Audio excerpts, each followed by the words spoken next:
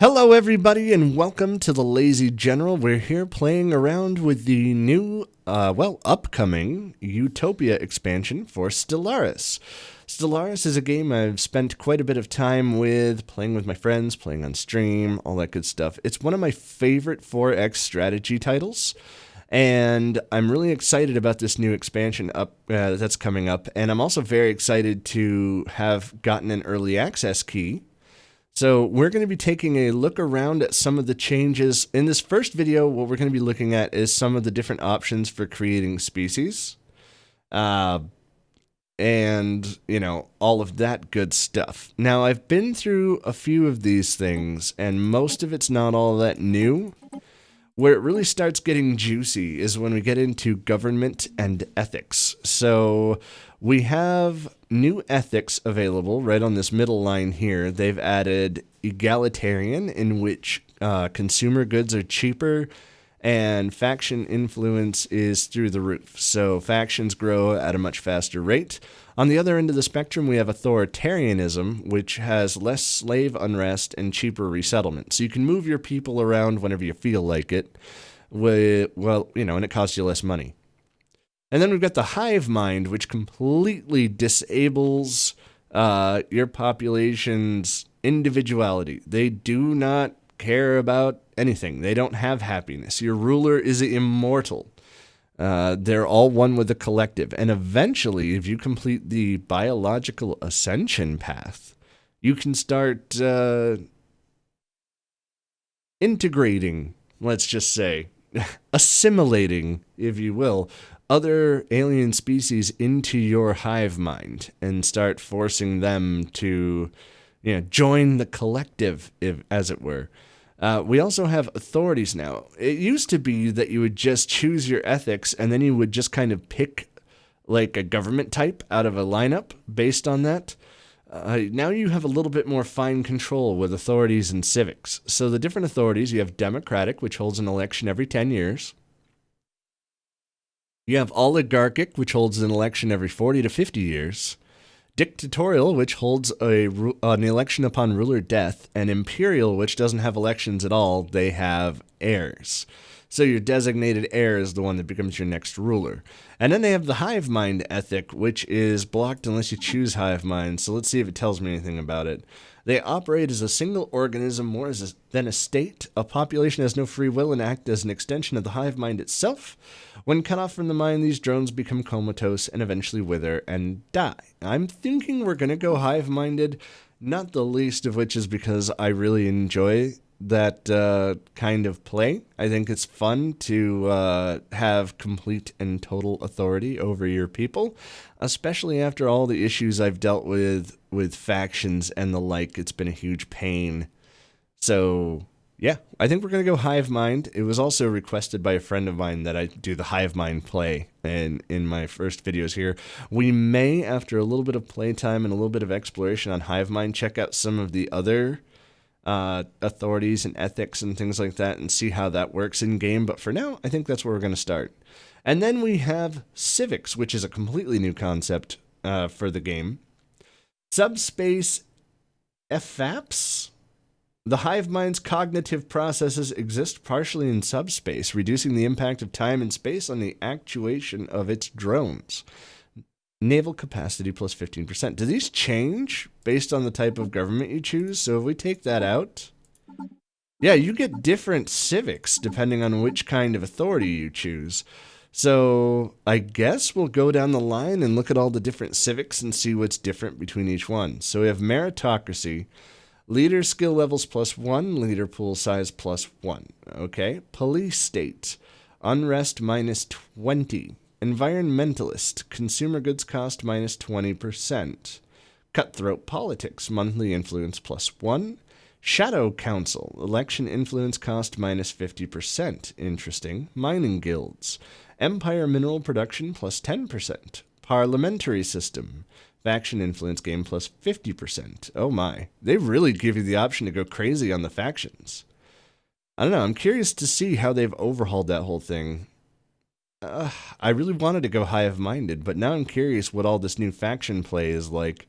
Efficient bureaucracy, core sector systems +2, very nice. Functional architecture -15%, building cost. Syncretic evolution. Start the game with 4 pops being of another subservient species. Oh my. Oh my, very interesting. Alright, so if we go into oligarchic, what does that add to us? Everything looks the same. Aristocratic elite. Governor recruitment cost -50%. Empire leader capacity +4. Interesting. And then if we go into dictatorial, that adds philosopher king. Ruler skill levels +2. Interesting. What else have we got? That seems to be all about the same. And this seems to be about, the same stuff, but a different mix, right? And then if we go into the Hive Mind, we already talked about subspace FAPS. Natural neural network is research speed +5%. Ascetic, consumer goods cost -20%. One mind +15% monthly unity. Interesting. Divided attention, core sector systems +2. Strength of legions, army damage +20%. Subsumed will, monthly influence +1. And pooled knowledge, leader skill levels +1, leader pool size +1. Very interesting. So we may choose 2 civics. I think we are going to go ahead and go with the Hive Mind. I promise we will look more at some of the faction play in future videos. But for now, we're doing Hive Mind because I find that really, really cool. So let's go ahead and pick something. I like the idea of the natural neural network, the increased research speed, and we'll go for the influence boost. Because influence can be a real bottleneck moving, down the road there. Now, I think flag setup looks about the same. Starting weapons are about the same. FTL methods are the same. Ship appearances are the same. So let's start working with our species appearance. We'll start at the beginning. We'll work our way down. And I think I'll just go ahead and throw a cut in here.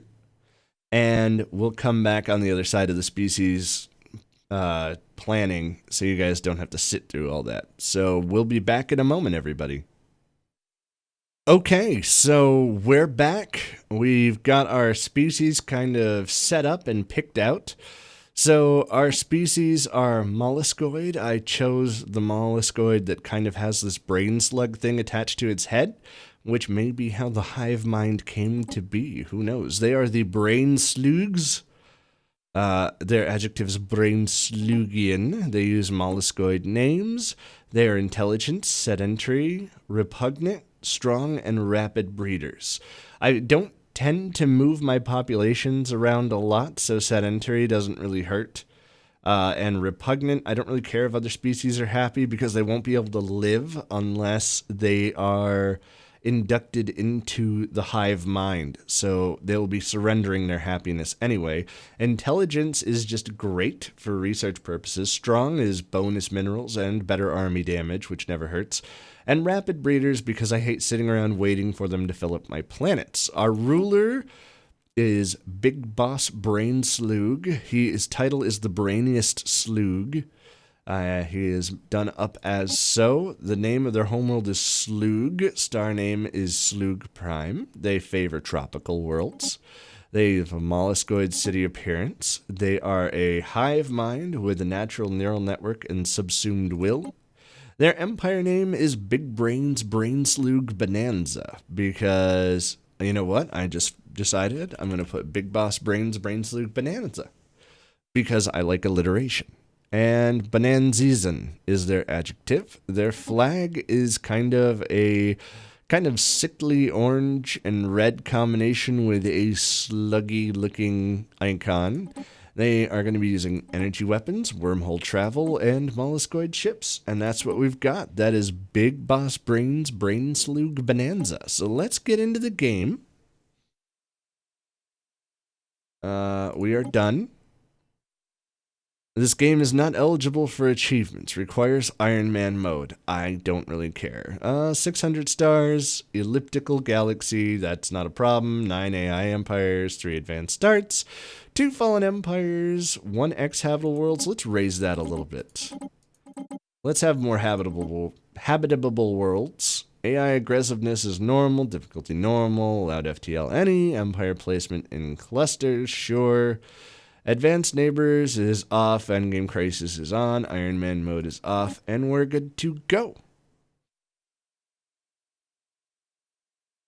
Not really worried about achievements or Iron Man, because we're just trying to get in here and see what's new in the Utopia Expansion. So here we are, Big Boss Brain's Braynesloogs Bonanza.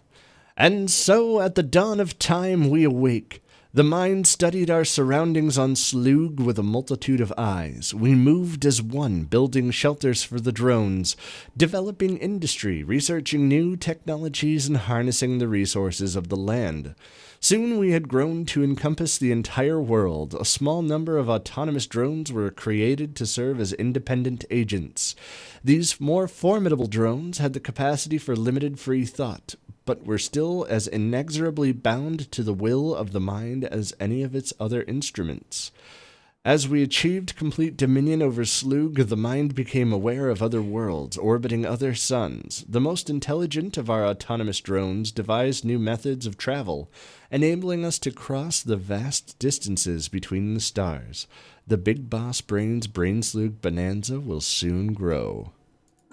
Excellent. So we start off.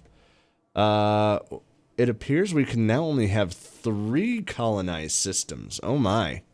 That's a dramatic drop. It was 5. Naval capacity, starting naval capacity of 14. And we have Sloog. We have a small fleet of ships at 73 fleet power. There they are. A science ship, complete with our scientist Galosh, and a construction ship. Okay. Fantastic. So, first things first, we are going to set our science ship to survey our home system. And we are going to pick our starting researches. Now, a little birdie told me that colony ship research is no longer a thing, and that you just get to build colony ships. So we're going to look into that. Solar panel network is awfully nice to get when you're struggling for energy. Growth time minus 10%. Propaganda broadcasts. I mean, hydroponics. Let's go with a growth time reduction. And I always like going for powered exoskeletons because I like that mineral bonus. So that being done, let's take a look at our main world. It's our capital world, fair enough. 8 current population, 3 food surplus, and we have a planetary governor. It's all pretty much normal. Any new edicts to look at? No, we just have infrastructure projects. The surface of our planet is as such. We have a lot of blockages here, and it seems to be a much smaller starting planet. Oh, it's a size 16. I guess it's the normal. And what's this? Unity. What is Unity? Unity is used to unlock new traditions. We can increase our output by building autochthon monuments or other Unity buildings. Interesting. So Unity seems to be a new resource. Perhaps used to further improve. Oh, okay. So we have traditions, kind of like in Civilization 5. We have expansion, domination, prosperity, harmony, discovery, diplomacy, and supremacy. Interesting. Very, very, very interesting. We're going to have to read through those a bit more when we get more Unity. Apparently our next progression will be in 30 months. Okay. So let's look at our spaceport, and we see that indeed the colony ship is unlocked right from the word go, which is pretty great. It's pretty great. We're looking at 8 mineral production off of this planet, which isn't spectacular by any stretch of the imagination, but it's a start.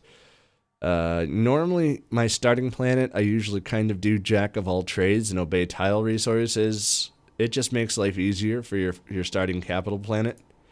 I guess all that's left is to see what we've got out there. So I guess we move along. We'll go up to fast speed. That's what I'm used to playing at. Fast or fastest.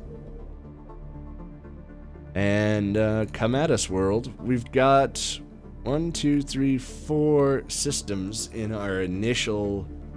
Well, no, I lied. 1, 2, 3 systems within our... Oh, no, I lied again. This is our border influence. This is our actual border influence, and this is our wormhole range. Never mind. I'm being a dumb. So we have 5 systems in our starting zone of influence, so we'll make sure to check those out first. We also want to hurry up and get a second science ship up and running, ASAP. That'll let us get more exploration done, because the early part of the game is a huge land grab. We are about as close to the core as we want to be. We can kind of get all the way over there. So when we build wormhole stations, there's this kind of a direction that we need to spread out in as opposed to over here. So that's cool. Construction complete. So our science ship is completed. We need to hire a scientist for that. What do we want? Spark of Genius is awfully good. Let's take a quick moment and look at what we've got. Spark of Genius, and Voidcraft expertise. Goodness, we got a good stable of scientists to get going. So Spark of Genius is somewhat wasted on an exploration scientist, so we're gonna hire... Oh no, I'm a dope. No, I'm a dope. Hold on. That wasn't even our recruitable list of science. Look, I'm not gonna promise to be brilliant at this game. Looks like we have all statecraft expertise available, so never mind. Our pool of available scientists is pretty poor, so we're gonna just choose the youngest one, because age is the only, different factor. We have encountered some form of alien vessels in the Sloog Prime system. These strange objects have been tagged as alpha aliens until we can learn more about them. Probably space cows. Yep, just space cows. Nothing to worry about. It did not take long for the big boss Braynesloogs bonanza. I already know I'm going to get myself in trouble with this name. To come across intelligent alien life. The fleet's report to the Braynesloogian capital somewhat understates just how alien these forces appear, and only in passing mentions the failure to open comms. Okay, well, we have another science ship to go do things, so let's start looking at this system with a nice habitable planet. Looks like we found some research, some mineral resources in our starting system, so off to a rousing start. And we have our construction ship, rather, the Gagam. Now, I will start spending money to make money here. We need to get more income for minerals if we want to have any kind of a ship production happening at all. Of course, all that will come with time. So we're surveying Schlurg. We have a 60% fail risk on that. We're going to leave that be for the time being.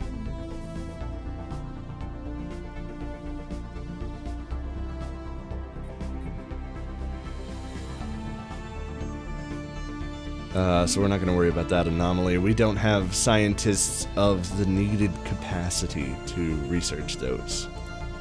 So I guess we'll chill out here in our main system. See what's what. See what's happening. We can probably speed things up a little bit for the time being, because there's not a lot going on at this exact moment, and we're just waiting for things to finish. Alright, so let's slow it down for a moment. The Odlaman system has been surveyed, and Sloog Prime has been surveyed. So we have all these ships not really doing anything. You go here, you go there and check out this other habitable planet. We have a size 18 tropical world and a size 18 alpine world. So eventually, when we unlock terraforming, we'll be able to turn that alpine world into something habitable, which is nice. Our construction ship can go back to orbit to save energy credits until we're ready to have him do another thing. So I guess we will speed things back up to fastest for a while and try to keep an eye on things from out here. Not much for resources cropping up in this system, honestly. Anomaly found. That's a 20%. We're going to risk the 20% and see what happens. And the Habitable World Survey has procced. We will, of course, do it because there's very little reason not to. Updated. Anomaly 40% failure risk. We're going to leave that be for now. Okay, so located in a remote part of Siluj, the science, or Siluj 3A. The science team of the ISS Wagalush has found an out-of-place metallic tablet. It contains basic information about a distant system using illustrations and what appears to be a periodic table. Science Officer Galosh has been able to use the information to deduce the location and potential resources of the system. Interesting, so we gain full survey data on some system somewhere. I'm guessing this one, because we just got survey data for it. Awesome. That makes life easier. A leader has gained a level. Okay. Scientist Galosh is now level 2. We have recovered artifacts from an ancient alien civilization on Siluj 1. Our scientists think they inhabited this region of stars roughly 6 million years ago. Based on the age of the artifacts, the aliens called themselves the Yut and appear to have been very large and flat arthropod analogs. It seems a single individual could reach a length of nearly 100 meters as an adult, and it was apparently exceedingly rare for more than 2 or 3 Yut to travel aboard the same starship. Interesting, so our precursor chain is the Yut. Situation log updated. You always find a precursor chain for every civilization that you do, so it gets pretty cool. I was expecting more of a narrative shift for being a Hive Mind, but I mean, that's not a particularly big deal. We've got another 20%. Fervalian 3 seems to exhibit... Oh, wait. Just pause for a second. Fervalian 3 seems to exhibit one and only one interesting geological feature, so let's go check it out. What else have we got? We've got surveys completed. We've got a science ship that needs direction. Let's go check out this shiny little star over here. And we're probably going to be moving it... Oh, that's a size 21 tropical world. So I'm torn. I think we go for the size 21 tropical world because... Oh, the planet has an anomaly, but it's being looked into. It's being looked into. Let's look at the surface. That is a tremendous amount of research potential. That is a ridiculous volume of research potential. And this has good mineral potential. The problem being we need power production, like energy crystal production, which is not great on... Well, I guess it's okay. We could focus on making Sloog produce energy credits instead of going for these other things, because these other planets have tremendous bonuses for minerals and for research. That would leave us one focused planet for each. We should be about ready to do a colony ship. We need 345 minerals for that. Let's proceed, but we're going to bring it down to fast, because things are cropping up a little bit more quickly now.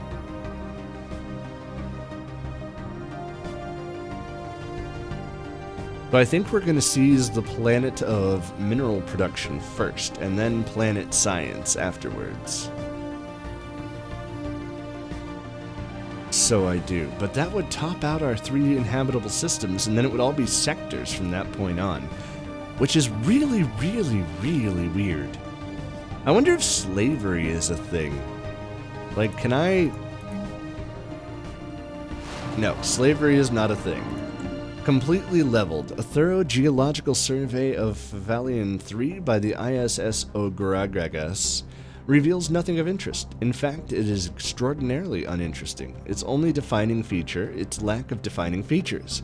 There are depressions and elevations, yes, but on the whole, the surface of Fevalian 3 can be regarded as unnaturally flat. Likewise, the native flora and fauna are strikingly docile and unworthy of attention. That's good. All tile blockers are cleared from Fevalian. So, whoa. Never mind. That looks like that's going to be our target. No tile blockers to contend with whatsoever? That's crazy. I don't know. We might go a bit more jack of all trades at the beginning and then perhaps reshape the planets into more specialized planets? I don't know. Traditions available. Okay, so we may adopt a tradition. There's expansion. We must expand our civilization to new systems and planets or risk eventual extinction. New colonies start with an extra population. Adopting all expansion traditions increases our core sector systems by 2. In addition, we will unlock 1 ascension perk slot. Interesting. Capital buildings now produce an additional unity. The effect of increased tradition cost caused by number of colonies is reduced by 33. Population growth time reduced by 10, and colony development speed increased by 50%. Galactic ambition, frontier outpost upkeep reduced by 50%. Reach for the stars, the purpose of colonizing and building frontier outpost systems count as being half the regular distance away. Wow, that's potent. What does supremacy do for us? Border range increased by 20%. And eventually increases our fire rate by 15%. We will unlock 1 ascension perk slot. So do we eventually unlock all of these traditions down the road? I think we're going to go with expansion at first because that seems ridiculously powerful. So yeah, let's do it. There we go. We have adapted expansion. Okay. So then I believe we are in a position to start our first colony ship. So yeah, we're in good shape. We're doing pretty good. We're gonna wait for that to come out. We've got another science ship to direct somewhere, and I believe we're gonna look at the last system in our influence sphere. And now that our colony ship is underway, we can get to building more goodies. And I think right now, we're hurting most for energy credits, so we are going to build a mining station here where we're going to get an extra 4 energy credits. Our science ship is ready for another survey. Things are going quite swimmingly. And I believe that is where we're going to leave this first episode of Stellaris. Yeah, seems like a good spot. We got established. We got our first moves out into the galactic unknown figured out. And who knows? Next episode we'll probably start finding neighbors. Spread to new planets. We've got our colony ship building as we speak. That's going to be done in a few months, I think. I don't know what the exact construction time is. It will be done in 260 whatevers. I guess 260 weeks or whatever. So, yeah, we're in good shape. So thank you all so much for watching. If you like what you've seen, please remember to like, comment, subscribe, especially get in those comments, guys. I'd love to know what you think of this video, what you'd like to see more of, less of, suggestions, ideas. Oh my god, you're making this massive strategic error. Let me know in the comments. And we will be back with the next episode. So thank you all once again, and until next time, bye-bye.